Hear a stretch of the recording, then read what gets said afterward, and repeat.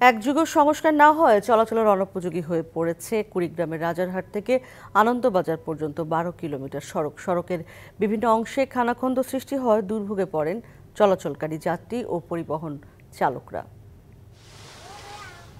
দীর্ঘ সময় ধরে সংস্কার কাজ না করায় রাজারহাট থেকে উলিপুর চিলমারি সড়কের আনন্দবাজার পর্যন্ত প্রায় ১২ কিলোমিটার পাকা সড়ক চলাচলের অনুপযোগী হয়ে পড়েছে। সামান্য দূরত্বে যেতে না যেতেই দুর্ভোগে পড়ছেন পরিবহন চালকরা। খানাখন্দে গাড়ির ঝাঁকুনিতে বিরক্ত ও কষ্টে চলাচল করছেন যাত্রীরাও।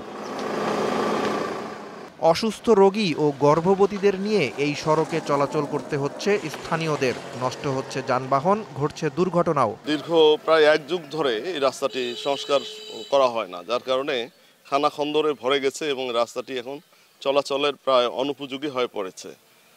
এর কারণে ছোট মোটো দুর্ঘটনা প্রায় ঘটছেই। এই রাস্তার সমস্যার কারণে আমাদের অনেক শরীরে আঘাত লাগে, ঝাঁকুনি লাগে, যার কারণে আমরা সময় মতো কলেজে পৌঁছতে পারি না।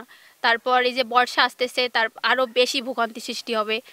৩০ মিনিটের পথ পাড়ি দিতে সময় লাগছে ১ থেকে ১.৫ ঘন্টারও বেশি। ভারী যান চলাচল বন্ধ থাকলেও প্রতিদিনই চলছে ২ উপজেলার কয়েক হাজার মানুষ। যে যার মতো ১ ঘন্টা যেতাম, সে যার মতো ১.৫ ঘন্টা যাওয়া লাগে। বারবার গাড়ি খাড়া করা লাগে, ব্রেক করা লাগে, আবার চালু করা লাগে, এইভাবে যাইতেছি। এই রাস্তাটার জন্য অনেক অফিসারে ঘর আসে, করে, কিন্তু কাজ হয় না। আনন্দবাজার যে লোকগুলো আছে, গাড়ি ঘোড়া খুব কষ্ট হয়, যাওয়া যায় না।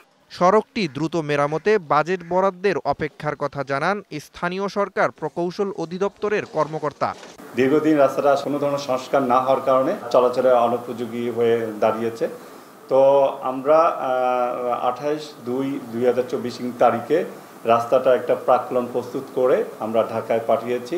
ইনশাল্লাহ এই রাস্তাটা অতি দ্রুত প্রশাসনিক অনুমোদন পেয়ে যাবে। ১৯৯৯ সাল থেকে ২০০৩ সাল পর্যন্ত ৩ দফায় ২ কোটি ৮১ লাখ টাকা ব্যয়ে নির্মাণ করা হয় ১২ কিলোমিটার পাকা সড়কটি। Najmus Sakib, DVC news desk.